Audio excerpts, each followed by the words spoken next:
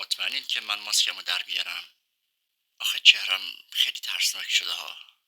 این عبارتی بود که اوکسانا کوزمنکو جلوی دوربین و پیش از مصاحبه با خبرنگارا گفت و بعد شروع به تعریف داستانش کرد. همه چیز از ماه ژولای 2023 شروع شد. تو اون تاریخ اوکسانای 40 ساله نزدیکی خونشون با مرد 33 ساله به اسم اولگ شگولیخین آشنا شد. اولگ یه پسر خیلی خوب و مؤدب به نظر می رسید. پسری که به شدت عاشق شده. بعد از آشنایی اونا زود به زود همو ملاقات میکردن و مثل فیلمای عاشقونه اولش همه چیز خیلی خوب شروع شد. اوکسانا مدیر استخدامی شرکتشون بود و اولگ یه جوشکار توی یه گاراژ تو همون نزدیکیا. مدت زمان کمی گذشت، خیلی کم، و با فروکش کردن اون طوفان عشق اولیه جنبه های تاریک شخصیت اولگ یکی یکی خودشونو نشون دادن. یه روز وقتی اوکسانا شماره تلفن همکار اولگ که یه نقاش ماشین بود از اون خواست، اولگ عصبانی شد. اوکسانا شماره رو برای دوستش میخواست. به هر حال فرقی هم نمیکرد. اولگ با عصبانیت از اوکسانا خواست تا تمام شماره های مردی که توی گوشیش داره رو پاک کنه. این اوضاع خیلی هم زود تشدید شد. در ادامه اولگ اوکسانا رو وادار کرد تا بابت مخارج حقوق خودش به اولگ حساب پس بده. اولگ میخواست به تمام جنبه‌های زندگی اوکسانا کنترل داشته باشه. این رابطه زمانی از ریل خودش خارج شد و رو به سقوط رفت که اوکسانا به گذشته اولگ پی برد. اولگ قبلا ازدواج کرده بود و 2 بچه داشت که تو این مدت هیچ وقت در این مورد صحبتی نکرده بود و بدتر این که اون یه سابقه دار بود. نه یه سابقه دار کوچیک. اون قبلا به خاطر گروگانگیری، سرقت، ضرب و شتم شدید و مستی تو رانندگی دستگیر شده بود و محکوم شده بود. در مجموع تو سوابق اون 6 فقره محکومیت وجود داشت که این موضوع در کنار رفتار نادرست اون اوضاع رو برای اوکسانا غیر قابل تحمل کرده بود و تو ماه سوم رابطه اوکسانا تصمیم به جدایی گرفت. اون دوباره برگشت خونه مادرش و به زندگی سابق خودش مثل قبل ادامه داد. اما با همین شناختی که تا اینجا از اولگ پیدا کردیم، آیا اونم قراره به همین راحتی با این موضوع کنار بیاد؟ تو 24 اکتبر 2023 تو یه شب سرد برفی اولگ به خونه مادر اوکسانا، یعنی جایی که اوکسانا زندگی میکرد، رفت. اوکسانا خونه نبود و اولگ 1-2 ساعت تو پارکینگ منتظر اون موند تا بیاد. زمانی که اوکسانا رسید و ماشین رو پارک کرد، اولگ بالا سرش ظاهر شد و با فریاد از اون خواست تا بره اون و روی صندلی شاگرد بشینه و بعدش خودش هم سری نشست پشت فرمون و حرکت کردن. اوکسانا ترسیده بود و از طرفی هم فکر میکرد که قرار یه چرخ با هم بزنن و با صحبت موضوع رو حل کنن. برای همین خیلی مقاومت نکرد. اون شب اولگ مشروب خورده بود و به شدت مست بود.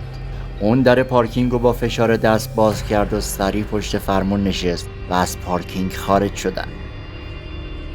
توی مسیر اوکسانا سعی داشت تا با صحبت کردن و توضیح دادن هر طور که هست اولگ رو آروم کنه و بتونه قانعش کنه که اصلا برای هم مناسب نیستن. اما اولگ اصلا توی دنیای دیگه و توی فکر دیگه بود.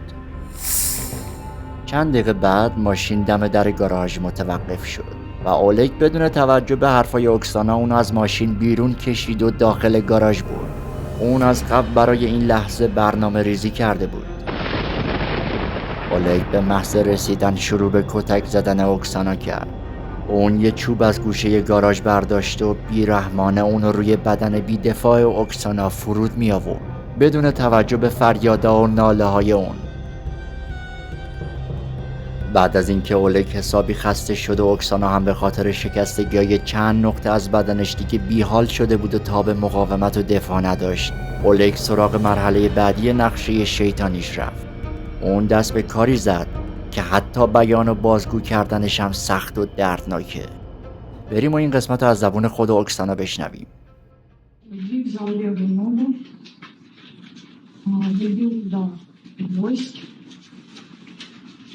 ногу не говорила, правую ногу он взял какую-то деталь, как автомобиля, пунктообразного, как штопор, сантиметров 7-10.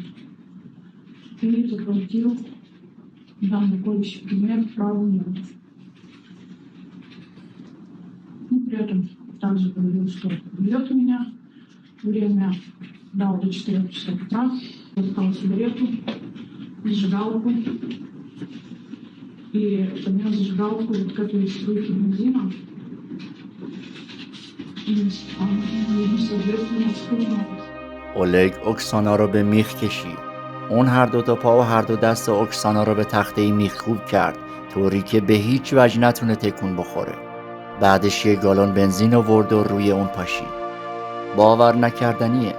اون به شکل بیمارگونه یه موزیک پلی کرد و صداشو بلند کرد.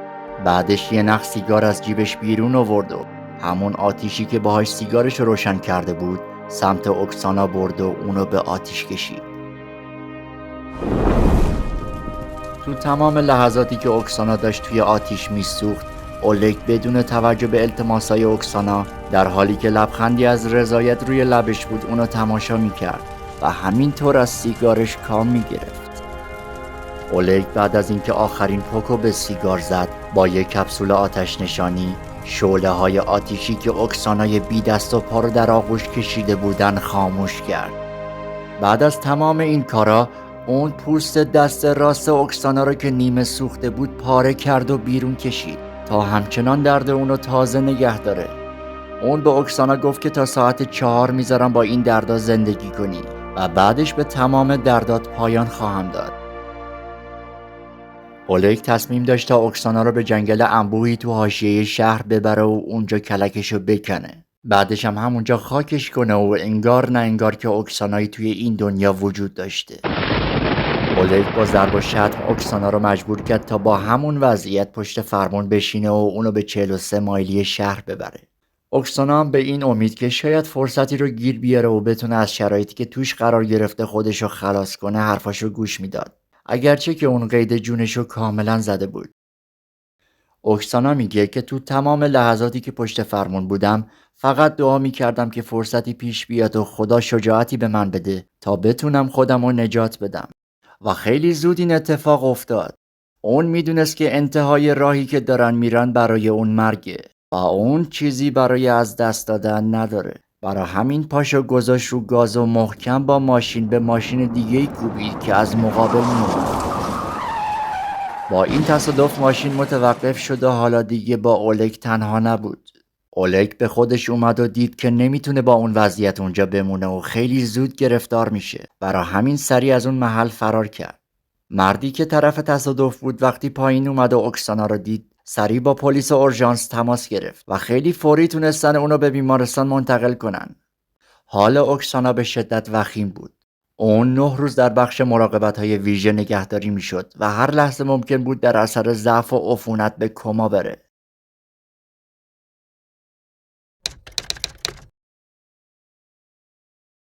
با وجود ترمیمای پوستی که طی چند عمل جراحی تا به حال انجام دادن، اون هنوز نمیتونه دهنشو باز کنه.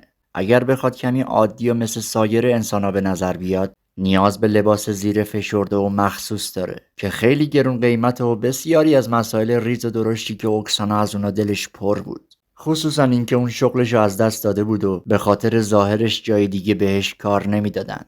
و اما اولگ، سرنوشت اون چی شد؟ اون همون شب تصادف شناسایی و دستگیر شد. اولگ به هیچ وجه نمیتونست هیچ کدوم از این اتفاقات رو انکار کنه. اما اون توی اعترافاتش گفت که به هیچ وجه قصد کشتن اکسانا رو نداشته. اون توی روز دادگاه هم به دادستان گفت که من عاشق اکسانا هستم و همین الانم حاضرم باهاش ازدواج کنم.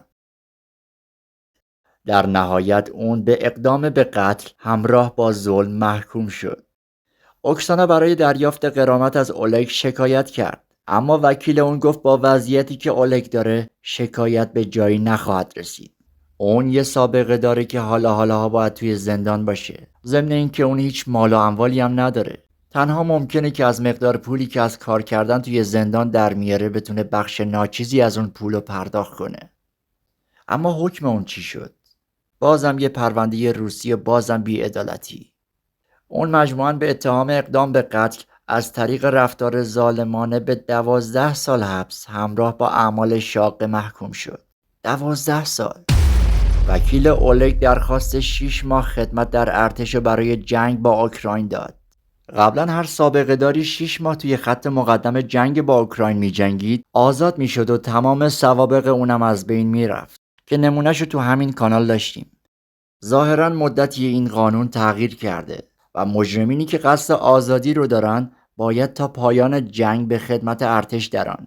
تصورش واقعا قلب آدمو به درد میاره. اینکه مدتی بعد زمانی که اوکسانا زندگیشو کاملا به واسطه این اتفاق باخته جنگ با اوکراین به پایان برسه و اولگ مثل یه انسان بیگناه راست توی این جامعه قدم بزنه و به زندگیش ادامه بده.